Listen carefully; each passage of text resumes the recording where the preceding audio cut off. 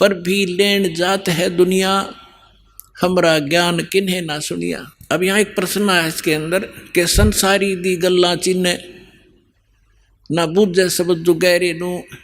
एक बहन आई, एक बहन ने हमारी दीक्षा ले ली थी।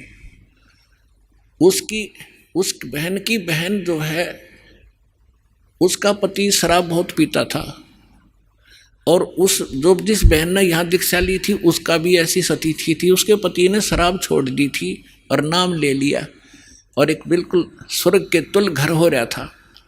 तो उसकी बहन का वहाँ आना हो गया, जो दीक्षा किसी और से ले रखी थी, किसी दूसरे पंथ से, और साथ में दूसरी साधना भी करती थी अपनी जो परंपरागत प्रचलित।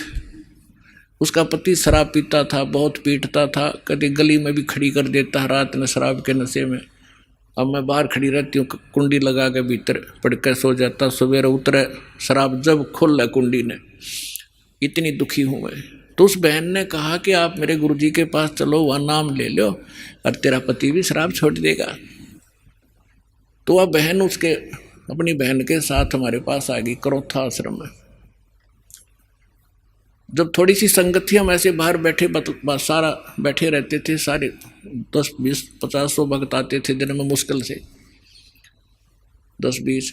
तो मैंने पूछा बहन कहाँ से आई? तो उसने बताया जी मेरी सिस्टर है, और इसका पति बहुत शराब पीता है, और रोज पीता है, इसने बुरा हाल कर रखा है इसका, और नौकरी करता है, एक चवन्नी घर पर नहीं छोड़ता, सारी पी जाता है, बच्चे भी भूखे रहते हैं कई बार। तो मैंने कहा बहन फिर दीक्षा लेनी पड़ेगी आपने। भगवान फिर धीरे धीरे सद्बुद्धि देता है, परिवार के अंदर भगवान प्रवेश हो जाता है, और ये पितृभूत भी प्रवेश करके वहाँ उत्पात मचाते रहते हैं, फिर वो भाग जाते हैं, सद्बुद्धि आती है।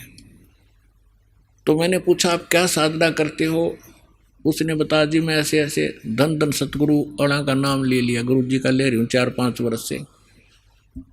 तो हमने कहा बहन देखो चलो ठीक है, वहाँ जो तुमने नाम लिया, लेकिन अब यहाँ भक्ति, यहाँ नाम लोगे तो सब पिछली पूजा छोड़नी पड़ेंगी, ना बीड़ी पीनी, ना शराब, ना पीने के लिए सहयोग देना किसी को, और ना कोई व्रत रखना। मैं कहने लगा बहन बीड़ी क्यों पीती है तू? न बोली जी बीड़ी मैं पहले ना पिया करती, नाम लेने के बाद पीने लग गई। मगा कमाल की बात है, दीक्षा लेने पीछे पाछे छोड़ा करें कि बुराई ग्रहण थोड़ी करते हैं। तो उसने क्या बताया जी, जिस सत्संग में हमारे गांव में होता था सत्संग, हम वहाँ जाती थी तो वो सभी को बीड़ी वितरित करती थी प्रसाद के रूप में, एक प्लेट में डाल के, और साथ में एक माचिस और सींक रख देती थी, और न्यू क्या करती पीले पीले प्रसाद है होता है।